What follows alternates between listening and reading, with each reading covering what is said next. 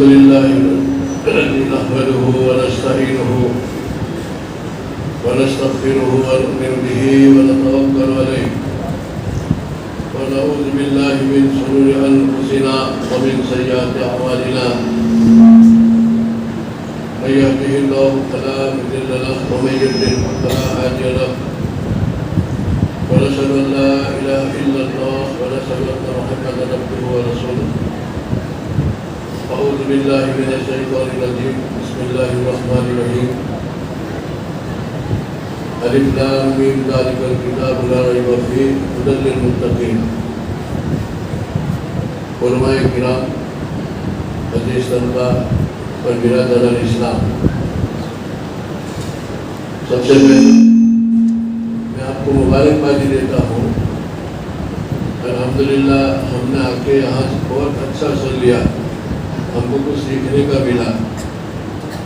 قرآن کے ساتھ، دین کے ساتھ آپ کا ذوق، شوق، لگاؤ، یہ بہت بڑی نعمت ہے۔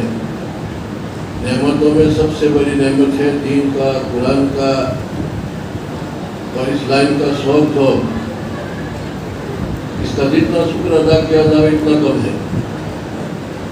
کوئی نعمت کو ہمیشہ باقی رکھنا ہو، پائیدار رکھنا ہو تو شکر کے زنجیروں میں کس کے باندھ دو،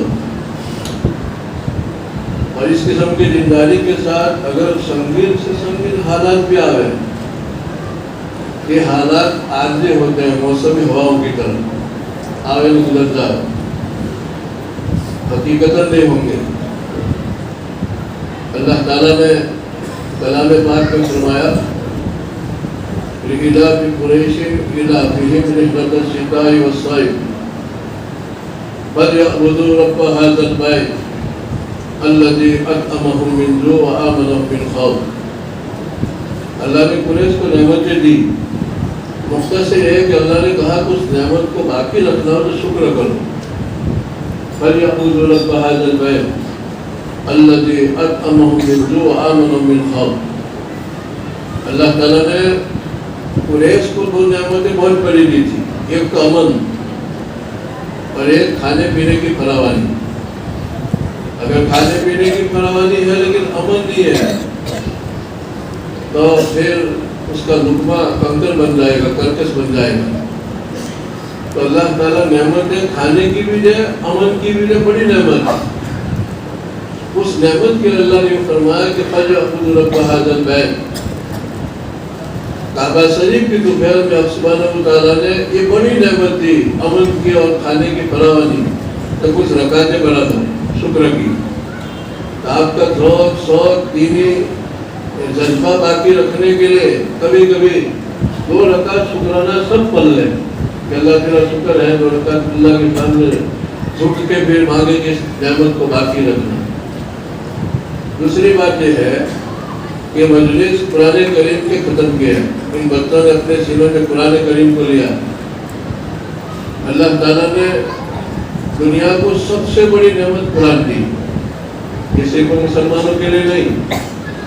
قیامت تک جتنے انسان پیدا ہوں گے اللہ تعالیٰ نے انسانوں کو ان کی انسانیت کی خوراک کے طور پر قرآن کو دیا ہے۔ جیسے اللہ نے پیٹ دیا، اللہ نے پیٹ دیا، پیٹ کو بھوک لگتی ہے، پیاس لگتی ہے، تو لمبا چوڑا نظام اللہ نے پیٹ کا بھی بنایا، زمین بنائی، اور زمین کے اندر سے انسان کی بدن کی ساری ضروریات نکلتی ہے، کھانا بھی، پینا بھی، شوقیات کی دنیا میں پھول رنگ رنگ کے وہ بھی زمین سے نکلتے ہیں، پھل بھی زمین سے نکلتے ہیں، کپڑا بھی، کوئی چیز باقی نہیں زمین سے نہ نکلتی ہو، اس کی ضروریات بدن کی پوری ہوتی ہے۔ اسی طرح سبحانہ وتعالیٰ نے انسان کو بدن کے ساتھ جو انسانیت دی، جو روحانیت دی، اس کی غذا کے لیے قرآن کریم، جیسے مادیت کے لیے زمین، روحانیت کے لیے قرآن کریم میں انسان کی انسانیت کی کوئی چیز اللہ نے چھوڑی نہیں۔ یہ بڑی نعمت ہے جو اللہ تعالیٰ نے دی۔ اور قرآن کریم آج دنیا میں اسلام کی حقانیت کی کتنی ٹھوس دلیل اور کتنی مضبوط دلیل حضرت نبی پاک صلی اللہ علیہ وسلم دنیا میں تشریف لائے، اور اللہ کے رسول علیہ السلام کے ہاتھ سے بہت سارے خلاف عادت معجزات کا ظہور ہوا، کتابیں بھری پڑی ہے، تو عملی معجزات اتنے کہ گن نہیں سکے۔ کتنا بڑا معجزہ کہ حضرت نبی پاک صلی اللہ علیہ وسلم نے اپنی انگشت مبارک کو آسمان میں اس طرح سے کیا رات کے وقت میں چاند کے ٹکڑے ہو گئے۔ کتنا بڑا معجزہ، بن سکتا کمر، کبھی آدمی سر پکڑ کے سوچے کہ حضرت نبی پاک صلی اللہ علیہ وسلم کی ذات اقدس اللہ کا کتنی مقبول، کتنی محبوب، اور اللہ نے ان کو کیا روحانیت دی کہ یوں کرے کہ چاند کے ٹکڑے ہو جائے۔ یہ تو ہم خالی سن لیتے، لیکن تھوڑی دیر 10 منٹ سوچے کہ جس محمد صلی اللہ علیہ وسلم پر قرآن کریم کا نزول ہوا، ان کا عملی معجزہ دیکھو۔ اس زمانے میں لوگوں نے دیکھا کہ چاند کا ٹکڑا اڑتا اڑتا جا رہا ہے، پھر جا کے جوائنٹ ہو گیا۔ حضرت نبی پاک صلی اللہ علیہ وسلم نے کھجور کے درختوں کو اشارہ کیا تو اس کا کھجور کا پوسا اس طرح سے اتر رہا ہے جیسے کوئی انسان باؤ کر آہستہ آہستہ دادر اترتا ہو، اور سامنے آ گیا اور یوں کیا پھر چلا گیا۔ یہ عملی معجزہ اللہ تعالیٰ حضرت نبی علیہ السلام کے ہاتھ پر اپنی قدرت کی ایسی نشانی تو کوئی ایسا نہ کر سکے، اور اشارہ کرے کہ محمد جو پیغام لے کر آئیں گے، قرآن، حدیث اور دین، دنیا کی کوئی طاقت ایسا نظام نہیں پیش کر سکتی ہے جیسے اللہ کے رسول نے پیش کیا معجزہ۔ آپ صلی اللہ علیہ وسلم جنگل میں تھے، قضائے حاجت کی ضرورت پڑی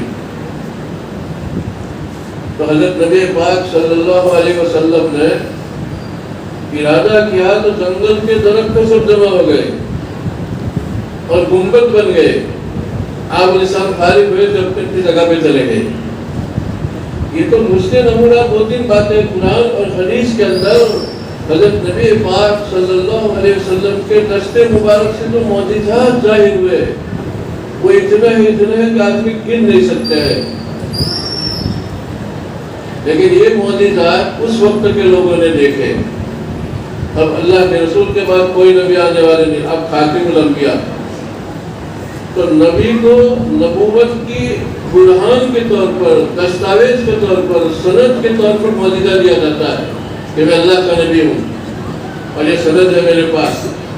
اب کوئی نبی آنے والے نہیں تو امت محمدیہ کو قرآن کریم کیا اس کی ایک ایک آیت معجزہ ہے، پورا قرآن ایک معجزہ نہیں، سورہ فاتحہ 7 معجزے، قرآن کریم کی ایک ایک آیت مستقل معجزہ ہے۔ آج اسلام دشمن طاقت ہے، اسلام کو مٹانے کے لیے پانی کی طرح دولت لٹا رہی ہے، لیکن کوئی مائی کا لال میدان میں ایسا نہیں کہ یہ نیت کرے کہ قرآن کا مقابلہ کرنا ہے۔ وہ جانتے ہیں کہ قرآن کا مقابلہ ایسا ہے جیسے سامنے پہاڑ ہے اور کسی آدمی کو غصہ ہے اس پہاڑ کو مجھے ہٹانا ہے، اور اس کے پاس 2 سوئی تھی، 2 سوئی کپڑے سینے کی سوئی، اور غصے میں کہا آج پہاڑ کو میں ہٹا دوں، تو کیا سوئی سے پہاڑ ہٹ سکتا ہے؟ دنیا کی ساری صلاحیتیں ختم ہو جائے لیکن قرآن کا آج بھی کوئی مقابلہ نہیں کر سکتا ہے۔ کتنی بڑا معجزہ حضرت نبی پاک علیہ السلام کو اللہ نے دیا۔ قرآن کریم نے چیلنج دیا نا، آج بھی چیلنج ہے، وَإِن كُنتُمْ فِي رَيْبٍ مِّمَّا نَزَّلْنَا عَلَىٰ عَبْدِنَا فَأْتُوا بِسُورَةٍ مِّن مِّثْلِهِ وَادْعُوا شُهَدَاءَكُم مِّن دُونِ اللَّهِ إِن كُنتُمْ صَادِقِينَ۔ قرآن یوں فرماتا ہے کہ انسانوں، اگر تم کو قرآن کے بابت سب شبہ ہے کہ قرآن اللہ کا نہیں ہے تو چلو چیلنج ہے، ایک سورت بنا کے لاؤ، کوئی نہیں لا سکتا ہے۔ لَئِنِ اجْتَمَعَتِ الْإِنسُ وَالْجِنُّ عَلَىٰ أَن يَأْتُوا بِمِثْلِ هَٰذَا الْقُرْآنِ لَا يَأْتُونَ بِمِثْلِهِ وَلَوْ كَانَ بَعْضُهُم لِّبَعْضٍ ظَهِيرًا۔ قرآن یوں فرماتا ہے کہ اگر انسان اور جناتوں کی ساری صلاحیتیں اکٹھی ہو جائے قرآن کا مثال جرب لانے کے لیے، اوریجنل بھی نہیں، ڈپلیکیٹ ساری جمع ہو جائے، لیکن وہاں کیا ہے ایک دوسرے کو ساتھ دے تو بھی ہاتھ اونچا کر دے گی، ہمارے بس کی بات نہیں ہے، پہاڑ کو سوئی سے ہٹانا ہے، قرآن کا مقابلہ کرنا۔ قرآن یہ فرمایا کہ ہم یقولون افترا، کیا یہ بکواس کرتے ہیں کہ قرآن ایک بناوٹی چیز ہے؟ اگر تم کو اس طرح سے ہے تو چلو 10 سن کے لاؤ، فَإِن لَمْ يَسْتَجِيبُوا، اور اگر تم اس چیلنج کا جواب نہیں قبول کر سکتے ہو فَاعْلَمُوا، کان کھول کے سن لو، إِنَّمَا أُنزِلَ بِعِلْمِ اللَّهِ، یہ اللہ کے علم سے اتر کے آیا ہے۔ قرآن اللہ کے علم سے اتر کے آیا ہے، اور اللہ کے علم لامحدود۔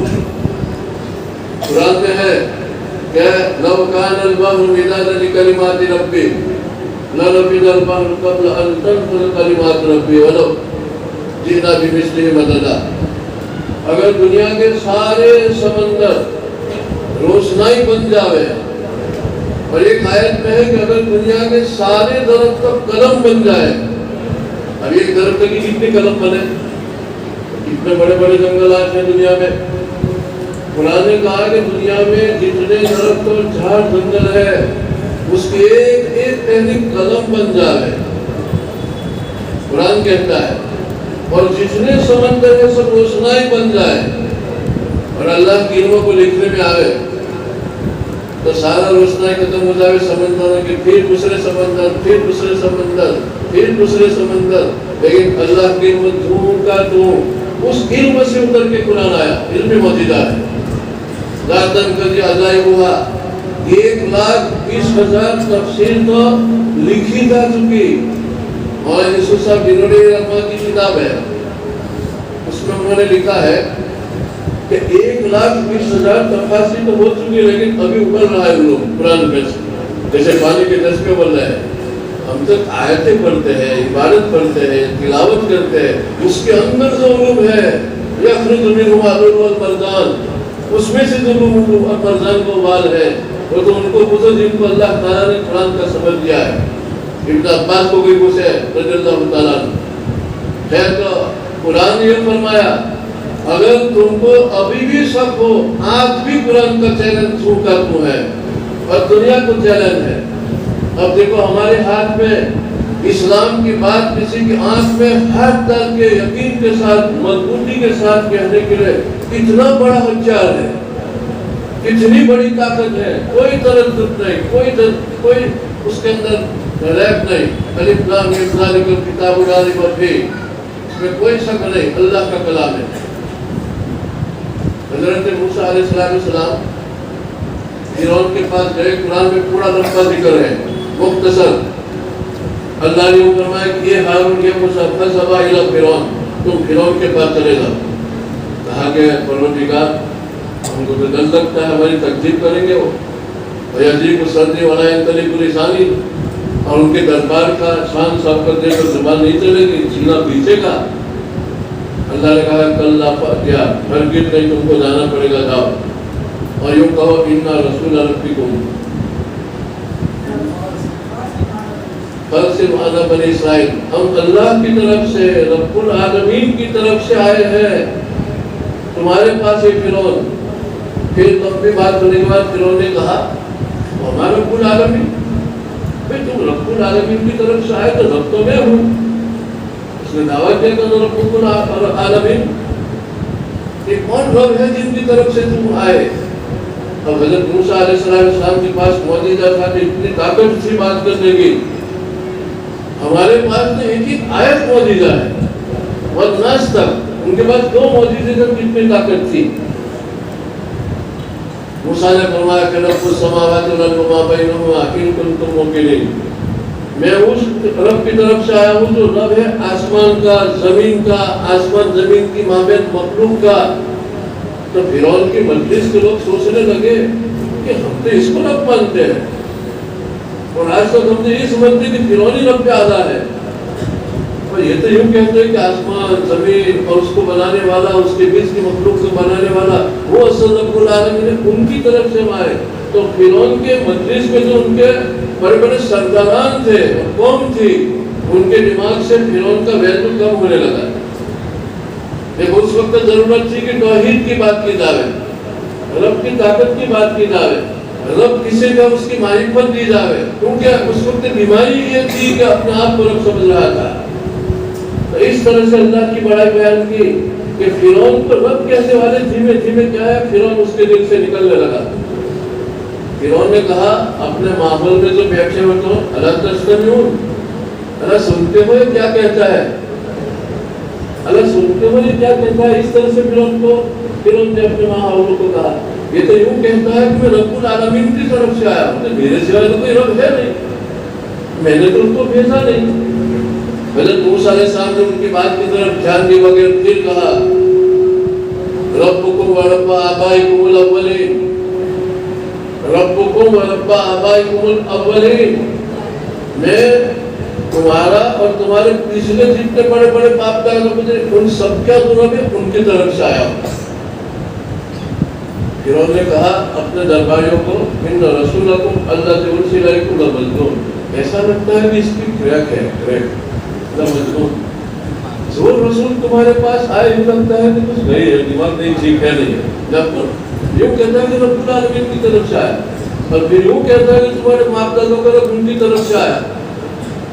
حضرت موسیٰ علیہ السلام نے پھر یوں کہا کہ رب المشرق والمغرب وما بینہما ان کنتم تعقلون، میں اس رب کی طرف سے آیا تو مشرق اور مغرب کا، مشرق مغرب کے بیچ میں جو ہے ان سب کا رب ہے اور بڑی طاقت کا مالک ہے. اگر تمہارے دماغ میں سمجھ ہے ان کی طرف سے میں رسول بن کے آیا. اب جب حق کے سامنے باطل گھٹنے ٹیک دیتا ہے تو تشدد پر اتر آتا ہے. فرعون نے کہا لئن استغفرت الہ غیری لأجعلنک من المسجونین، سن موسیٰ میرے سوا اگر کسی کو رب مانا جیل میں ڈال دوں گا. کوئی جوابت نہیں تھا ان کے پاس.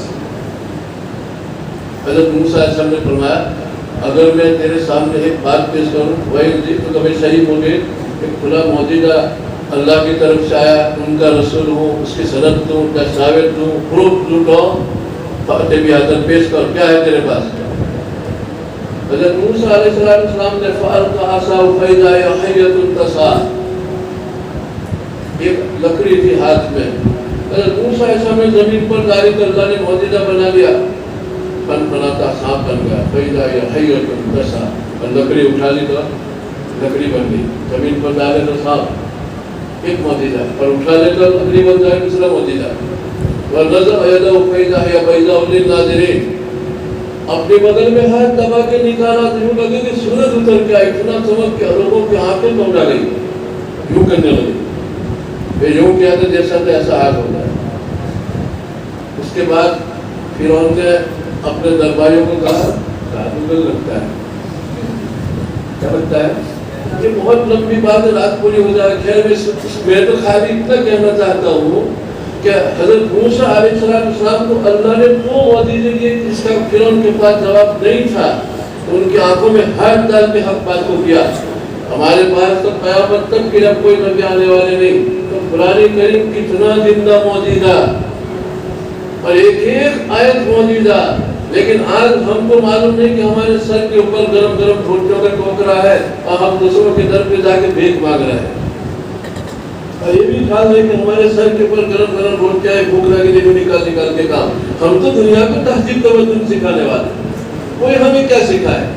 لیکن ہم احساسی کمتری، مرغوبیت، قرآن سے اتنے دور کہ دوسری تہذیب سے متاثر ہو کے پیچھے پھر رہے ہیں. قرآن کریم اس کا موضوع یعنی قرآن جس سے بحث کرتا ہے وہ انسانوں سے بحث کرتا ہے. اس کی آنکھ سے، اس کی زبان سے، اس کے کان سے، اس کے ہاتھ سے، اس کی سوچ سے، کیسی سوچ، کیسی آنکھ، کیسی زبان، کیسا سوچنا، اس سے قرآن بحث کرتا ہے. یہ صرف مسلمانوں کا قرآن نہیں ہے. جیسے پانی، کوئی یوں کہا ہے کہ ٹھنڈا پانی تو خالی کسی ایک قوم کا ہے، یہ مشترک سرمایہ سب کے لیے. جیسے روٹی، بھوک پیاس لگتے ہیں تو روٹی پانی پوری دنیا کے انسانوں کے لیے. قرآن کریم صرف مسلمانوں کا نہیں ہے. یہ تو ہم نے پارے قائم کرنے کہ ہمارا قرآن تمہارا نہیں ہے، تمہارا یہ ہے ہمارا قرآن.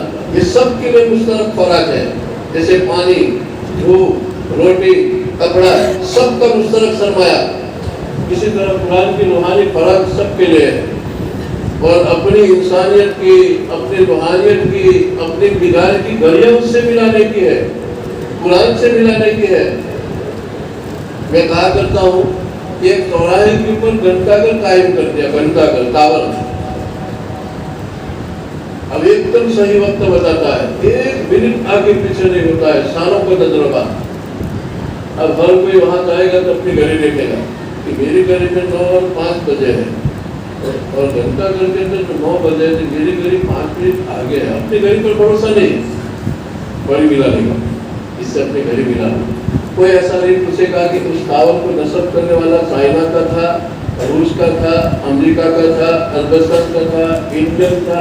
صرف یہ یقین سے صحیح وقت بتاتا ہے، اپنی گھڑیاں ملا لیتا ہے، کوئی پوچھے گا نہیں.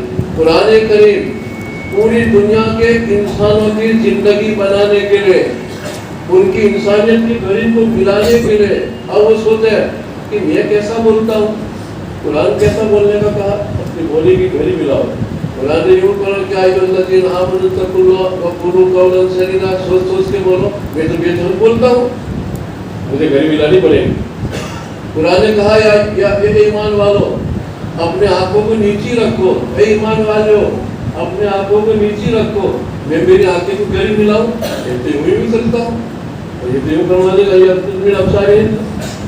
یہ مثال دے رہا ہوں، بہت لمبی باتیں ہیں. فرق میں ہے کہ جیسے گھڑی سے آدمی گھڑی ملاتا ہے، ایک بات کے یقین کے صحیح وقت دکھاتا ہے. قرآن ایک دم صحیح زندگی بتاتا ہے. قرآن کا مقصد کیا ہے جانتے ہو؟ قرآن کریم کا مقصد کیا ہے جانتے ہو؟ صلاح اور فلاح کو یقینی بنانا. صلاح کا معنی اگر کسی کو سدھرنا ہے تو قرآن کے مطابق زندگی میں یقیناً 2 دونی 4 کی طرح سدھر گیا. اگر کسی کو اپنے کو ٹاپ بنانا ہے، قیمتی بنانا ہے، تو قرآن کے مطابق اپنے سوچ کو ڈھال لیا تو یقین جانو کہ اس کے اندر صلاح آ گئی. اور صلاح کے بعد کیا ہوگا؟ کامیابی، فلاح. اب فلاح کامیاب، تو صلاح اور فلاح کو یقینی بنانا، اور فلاح سب سے بڑی جنت میں جائے گا. پڑھتا جا، کرتا جا، آگے بڑھتا جا. قرآن یوں کہتا ہے. تو قرآن کے مطابق زندگی انسان دنیا کا کوئی بھی انسان بنائے گا، اس کی صلاح اور فلاح یقینی ہو جائے گی. جیسے 2 دونی 4، برف ٹھنڈا ہے، آگ گرم ہے، آسمان پر اوپر ہے، زمین کے پیروں کے نیچے آسمان نہیں ہے. چھوٹا بچہ بھی کہتا ہے کہ آسمان اوپر ہے. مسلمان اتنا مسلم کہ قرآن کے مطابق کوئی اپنی زندگی بنائے تو اس کی صلاح یعنی سدھر گیا، اور اس کی فلاح یعنی کامیاب ہو گیا. کہ یقینی یقینی یقینی. کتنی بڑی بات. قرآن میں حق سبحانہ و تعالیٰ نے وہ اسباب بھی بیان کیے ہیں جن اسباب کو اگر کوئی فرد اپنا لے یا کوئی قوم اپنا لے تو ان کی بربادی، ان کی ہلاکت اور ان کا دیش نابود ہو جانا یقینی یقینی یقینی. دنیا کی کوئی طاقت اس کی بربادی سے اور اس کی ہلاکت سے بچا نہیں سکے گی. ایسے صفات بھی قرآن نے بتائے. پھر وہ یوں کہا کہ ہمارے پاس تو کلچر ہے، اور اپنے کلچر پر اس کو کیا ہے ناز ہے، اور اپنے کلچر پر اتراتا ہے، یا ہمارے پاس تو تہذیب ہے، تمدن ہے، عسکری طاقت ہے. کوئی چیز اس کو بتا نہیں سکے گی. چاہے مادی اعتبار سے کتنی ترقی پر قوم ہو، لیکن ہلاکت کے اسباب اس کے اندر جمع ہو جائیں گے. تو قرآن اٹھا کے کہتا ہے، جس کو ایام اللہ کہتے ہیں، ایام اللہ، کہ ایسوں کو باوجود ترقی کے مادی ترقی تھی، کھیتی کی ترقی تھی، تعمیرات کی ترقی تھی، تہذیب و کلچر و تمدن کی ترقی تھی، لیکن ہلاکت کے اسباب اور صفات اس کے اندر آنے لگے تو ان کو کوئی دنیا کی طاقت بچا نہیں سکی. قرآن نے کہا، قرآن میں اللہ تعالیٰ نے ایک جگہ کے اوپر بیان فرمایا کہ کلن اخذنا بذنب فمنهم من ارسلنا علیہ حاصبا ومنهم من اخذته الصیحة ومنهم من خسفنا بهم الارض ومنهم من اغرقنا وما كان الله ليضل ولكن كانوا على انفسهم يظلمون. قرآن فرماتا ہے کہ کتنی قوموں کو جب بربادی اور تباہی اور ہلاکت کے اسباب گناہ اس کے اندر جمع ہو گئے تو اللہ نے مثال دیا کہ کتنوں کے پر ہم نے 10 قوم آگے چلائی. قوم عاد پر بڑی طاقتور قوم تھی. وَإِذَا بَطَشْتُمْ جَبَّارِينَ. تو جب کسی دشمن کو پکڑے تو 2 پیار سے تیر ڈال دی، لیکن ان کے اندر ہلاکت کا سبب جمع ہو گیا، استکبار گھمنڈ پیدا ہو گیا. اللہ تعالیٰ نے ہر سے غلط کی طرح مٹا کے رکھا. تو ان کے اوپر قوم سمود کے اوپر ایک آواز آئی، کلیجے پھٹ گئے اور اونٹے کے منہ ختم ہو گئے۔ قارون کو اللہ نے زمین پہ ڈسے گھسا دیا۔ قوم نوح کو اللہ تعالیٰ نے پانی پہ ڈبو دیا۔ اللہ کے نبی ہم نے اس پر کوئی ظلم نہیں کیا، وہ خود اپنے آپ پر ظلم کر رہے ہیں۔ قرآن میں وَأَمَّا عَادٌ فَاسْتَكْبَرُوا فِي الْأَرْضِ بِغَيْرِ الْحَقِّ وَقَالُوا مَنْ أَشَدُّ مِنَّا قُوَّةً أَوَلَمْ يَرَوْا أَنَّ اللَّهَ الَّذِي خَلَقَهُمْ هُوَ أَشَدُّ مِنْهُمْ قُوَّةً وَقَالُوا بِآيَاتِنَا يَجْحَدُونَ۔ قرآن نے یہ فرمایا کہ قوم عاد اللہ کی زمین کے اوپر گھمنڈ کیا۔ دیکھو استکبار، گھمنڈ، اپنے آپ کو اپنے کل سمجھنا کہ میرے پاس تو سب کی عقل ہے، مجھے کسی کو پوچھنے کی کوئی ضرورت نہیں ہے، میں سب کو کیا ہے دے سکتا ہوں پیغام، صلاحیت کا، صلاح کا، فلاح کا۔ اس قسم کی قومیں جب زمین میں آئی جیسے قوم عاد، استکبار پیدا ہوا، گھمنڈ پیدا ہوا، تو اللہ نے فرمایا کہ اپنے خالق، جس خالق نے رتبے سے بھول پیدا کیا، اس کو اوقات کو بھول گئی، تو اللہ تعالیٰ نے اس کو ہلاک کر دیا۔ اسباب میں ہلاکت میں سے قرآن کے اندر سب سے بڑھ کر کے کوئی سبب بیان کیا تو اللہ کی ہدایت کو ٹھکرانا گھمنڈ میں ہے، رسول کی تعلیم کو گھمنڈ میں ٹھکرانا، رسولوں کی تکذیب کرنا اور اللہ کی نافرمانی پر جم جانا۔ جب اللہ کی نافرمانی پر، معصیت پر جماؤ پیدا ہو گیا، استکبار پیدا ہو گیا، ہدایت کی طرف سے بے اعتنائی ہوئی، ٹھکرایا گیا، تو اس کے اندر ہلاکت کے اسباب جمع ہو رہے۔ اللہ نے ایام اللہ کے اندر اس کو پھیلا دیا۔ دوسرے نمبر پر اب سبحانہ وتعالیٰ جب کسی قوم کے اندر کسی بھی طرف سے ظلم جمع ہو جاتا ہے، ظلم جمع ہو جاتا ہے، تو اللہ تعالیٰ اس کو حق پہ غلط کی طرح مٹا دیتا ہے۔ قرآن میں فرمایا وَقَدْ أَهْلَكْنَا الْقُرُونَ مِنْ قَبْلِكُمْ لَمَّا ظَلَمُوا، ہم نے تم سے پہلے ایک ایک بستی کو جب ظلم پر اتر آئی، ستم پر اتر آئی، تو ہم نے ختم کر کے رکھ دیا۔ تو دیکھو اسباب ہلاکت بیان کیے کہ نہیں؟ اگر کسی فرد میں، کسی قوم میں، کسی ملک میں استکبار اور گھمنڈ پیدا ہو گیا یا ظلم و زیادتی پیدا ہوگی، ظلم کی لاکھوں قسمیں ہیں، بہت لمبی تفسیر ہے، مستقل ہے کہ کسی کو ٹینشن دینا یہ بھی ظلم ہے، کسی کو کسی کے حق کو نہ دینا، ان کے حق کو چھین لینا یہ بھی ظلم ہے۔ اس قسم کی جتنی بھی ظلم ہے، ظلمات، تو وہ قوم کیا ہے ہلاکت کی طرف جا رہی ہے۔ اور اس کے بعد اس کے عقیدے میں، اس کی فکر میں، اس کے اخلاق میں ایسا فساد پیدا ہوتا ہے کہ اس کا کوئی بھی قدم ہلاکت کی طرف اٹھے گا، اس کی بولی ہلاکت کی طرف، اس کا سوچ ہلاکت کی طرف، اس کا چلنا ہلاکت کی طرف۔ تیسرے نمبر پر فساد کا معنی اللہ تعالیٰ نے ہر انسان میں اتنی صلاحیت رکھی ہے کہ اپنی طرف سے کسی کو فائدہ پہنچا سکتا ہے، اپنی حفاظت کو ختم کر دے، اپنی نافیت کو ختم کر دے۔ اور اللہ تعالیٰ نے امن اور سکون کی فضل دنیا کا نظام بنایا، اس امن سکون کے اندر مقیم بنے، اس کو کیا ہے راستے سے ہٹا کے امن کے بجائے فساد برپا کرے، تو اللہ کی طرف سے اس قوم کی یا اس فرد کی تباہی اور بربادی کا سبب اس کے اندر آنے لگا، وہ ختم ہو جائے گی۔ کسی آدمی کا مہمان آنے والے ہو، مہمان کے آنے سے پہلے اس نے اچھی طرح سے تکیہ بچھایا ہے، گدا بچھایا ہے، بہت کچھ کیا ہے کرینا سے، لیکن کوئی آدمی آ کے اس کو یوں کر کے پھینک گیا اور ادھر پھینک کے ادھر، کچھ غصہ آئے گا کہ میں نے کتنی محنت سے سجایا، لیکن اس طرح سے بگاڑا۔ اب سبحانہ تعالیٰ نے امن و امان پر دنیا کا نظام بنایا، امن و امان کی بقا کے لیے انبیاء علیہ السلام کو مبعوث فرمایا اور پوری شریعت کو دیا، شریعت کے ایک ایک حکم کو دیکھنا، امن کو باقی رکھنا ہے، یا تو جان کی حفاظت، یا تو عقل کی حفاظت، یا تو نسل کی حفاظت، یا تو اپنی جانوں کی حفاظت، جس کو دنیا کا مدار ہے ان کی حفاظت ہی شریعت کی کسی حکم کے اندر نکلے گی، اور اس کے بجائے کوئی فساد بتاوے، اپنے نافیت کو ختم کر دے، تو سمجھ رہے کہ اس کے اندر ہلاکت کا سبب جمع ہو گیا۔ اسی طرح انتخابات، سیاحت کا انتخاب، کوئی یوں سمجھے کہ بس صرف عیاش کرنے کا، تعیش کرنے کا، حاکم کھا پی کے مزہ کرنے کا اور خالق کو بھول جاوے اور اللہ کی نافرمانی کو اتنا معمولی سمجھے کہ ذرا در نافرمانی کرے، تو اللہ نے فرمایا حسب الذین یعملون السیئات ان یسبقونا، کیا جو لوگ دھڑا دھڑ اللہ کی نافرمانی کرتے ہیں، تعیش کرتے ہیں، اللہ کو بھول کے زندگی گزارتے ہیں، کیا وہ یوں سمجھتے ہیں کہ ہم سے چھٹک سکتے ہیں؟ کوئی بھی ہم سے چھٹک نہیں سکتا ہے۔ مختصر یہ ہے کہ کلام پاک تمام انسانوں کے لیے فلاح اور صلاح کو یقینی بنانے کے لیے اتارا اللہ پاک نے، اور نبی پاک صاحب نے اس کو سمجھایا۔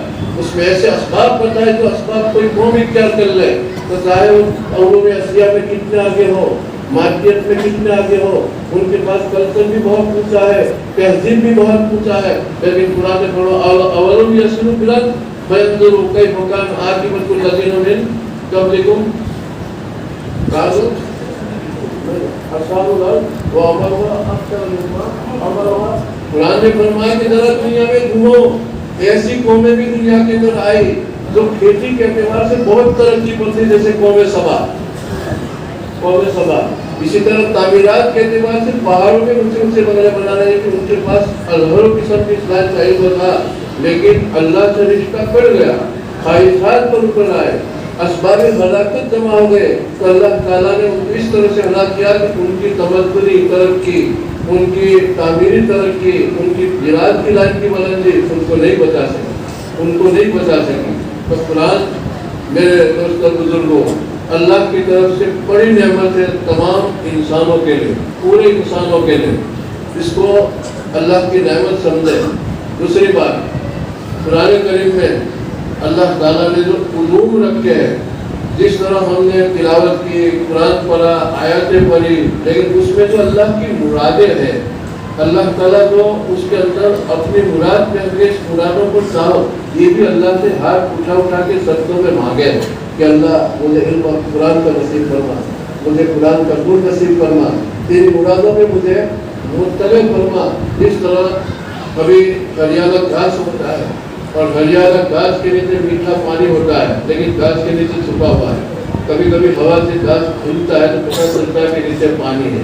کہ ہم لوگ قرآن پڑھتے ہیں الحمدللہ رب العالمین الرحمن الرحیم مالک یوم الدین ایاک نعبد و ایاک نستعین، یہ تم نے قرأت کی، لیکن اس سورہ فاتحہ میں جو اللہ تعالیٰ نے علوم چھپا کے رکھے ہیں، اس کے اندر جو اللہ تعالیٰ نے اپنی رضا کے اسباب اللہ نے چھپا کے رکھے ہیں، تو جیسے ہوا گرنے سے گھاس ادھر ادھر ہوتے ہیں پانی نظر آتا ہے، اس طرح سے اللہ تعالیٰ اس کے اندر سے معانی کو دکھاتے ہیں، اور معنی تک کیا انسان کی بصیرت پہنچتی ہے اور اللہ کی مراد کو پا کے اللہ کی رضا کو حاصل کرتا ہے۔ یہ بہر رب زدنی علما، رب زدنی علما۔ حضرت نبی پاک صلی اللہ علیہ وسلم نے ابن عباس رضی اللہ تعالیٰ عنہ کو دعا دی کہ اللہ ان کو قرآن کا علم دے، تو اللہ نے کتنا قرآن کا علم دیا؟ اللہ سے مانگنا پڑے، اللہ سے مانگنے کے بعد ہم سبحانہ تعالیٰ وہ دن ہم کو دیتے ہیں۔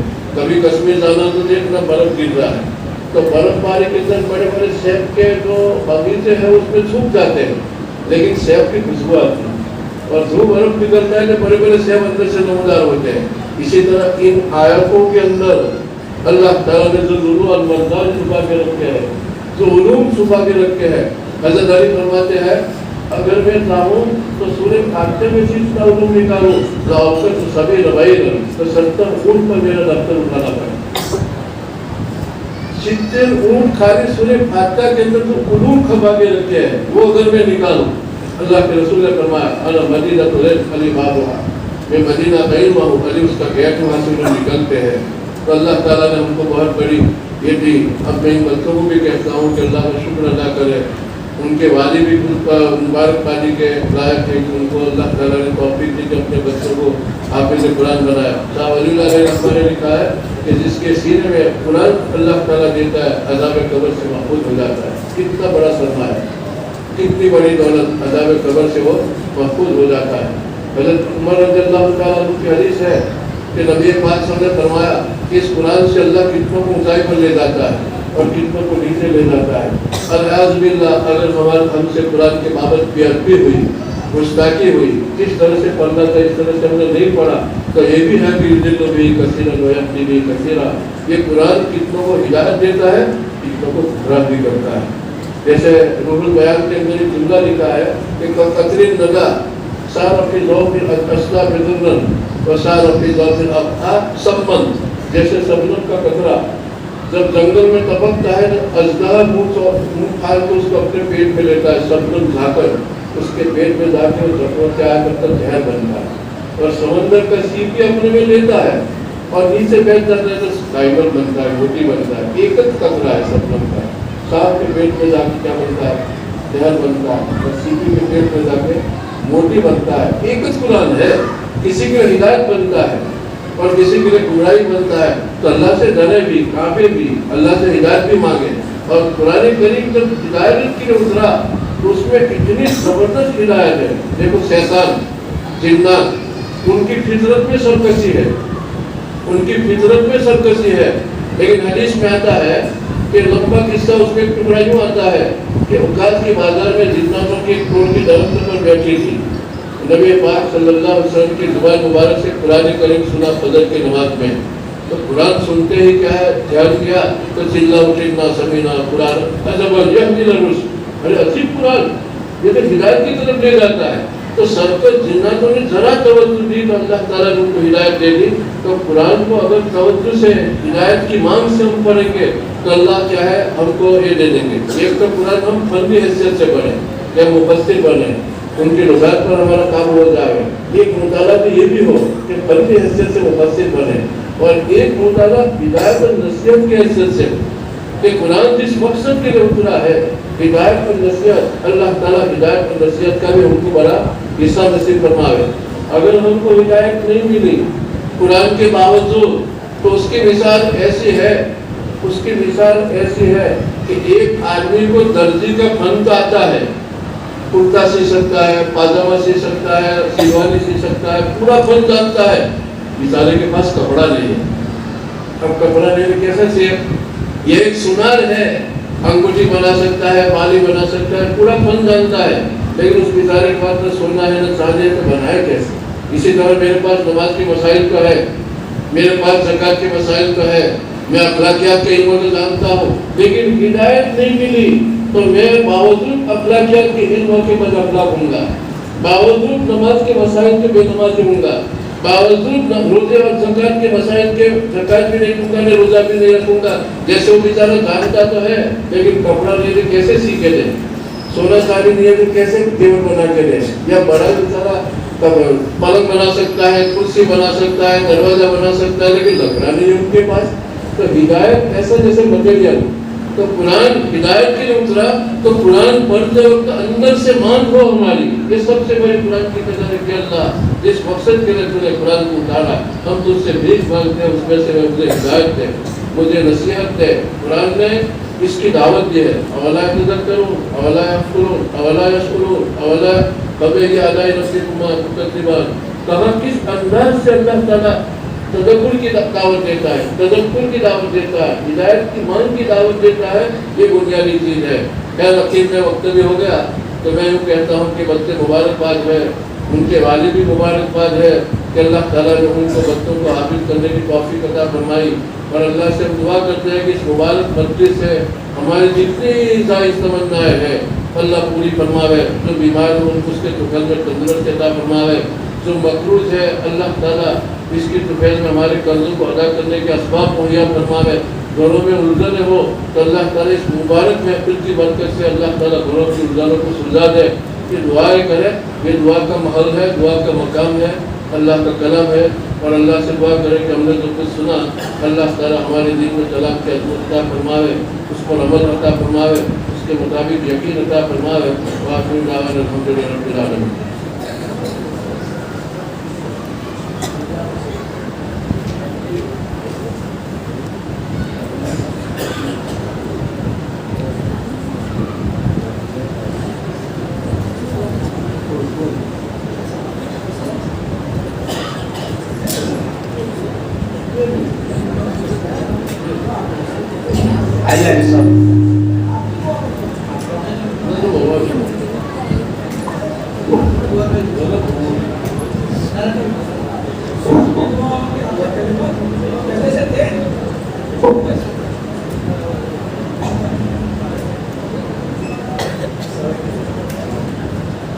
چار بچوں کو شیخ صاحب کے آگے سرد دیتے, اس کے بعد حاجی صاحب کچھ بات کریں گے, اس کے بعد انشاءاللہ انہیں کے ذریعے سے دعا ہوگی.